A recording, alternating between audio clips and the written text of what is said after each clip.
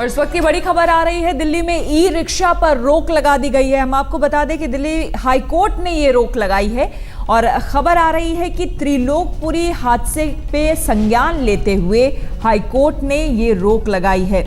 एक बच्चे की मौत हो गई थी ई रिक्शा से और इसीलिए उस पूरी घटना पर संज्ञान लेते हुए दिल्ली हाईकोर्ट ने ई रिक्शा पर रोक लगा दी है। पूनम शर्मा हमारे संवाददाता हमारे साथ जुड़ चुकी हैं। पूनम, क्या कुछ और जानकारी आपके पास है? देखिए, तत्काल प्रभाव से दिल्ली सरकार और पुलिस को बोला है दिल्ली हाईकोर्ट ने कि इनको तुरंत ई रिक्शा को रोक दिया जाए।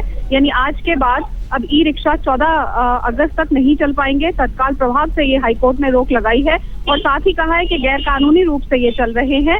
इनके पास किसी तरह का कोई रजिस्ट्रेशन नहीं है, ना ही कोई लाइसेंस होता है इनके पास इस तरह से व्हीकल चलाने का। और कल का जो इंसिडेंट हुआ है जिसमें एक 2.5 साल के बच्चे की मौत हो गई ई रिक्शा की वजह से, उस पर कोर्ट काफी गंभीर था और कोर्ट ने कहा कि सड़क पर इस तरह से जो ई रिक्शा चल रहे हैं पूरी तरह से गैर कानूनी है और लोगों के लिए बहुत खतरनाक है और खास तौर से उनकी जान के लिए। और कल के इंसिडेंट को मद्देनजर रखते हुए कोर्ट ने साफ तौर पर कहा कि दिल्ली जैसे शहर में इनको इस तरीके से बिना किसी रोक टोक के चलने नहीं दिया जा सकता और तत्काल प्रभाव से ये रोक बहुत जरूरी है। अब सरकार के ऊपर है कि जो आज हाईकोर्ट ने ऑर्डर किया है वो उसको इम्प्लीमेंट कितनी जल्दी करा पाती है, क्योंकि 1 लाख से ऊपर ये ई रिक्शा हैं जो दिल्ली की सड़कों पर दौड़ रहे हैं। तो निश्चित रूप से सरकार जो कोर्ट से ऑर्डर हुआ है उसको इम्प्लीमेंट कराना अब सरकार के लिए काफी मुश्किल होगा, पुलिस के लिए काफी मुश्किल होगा।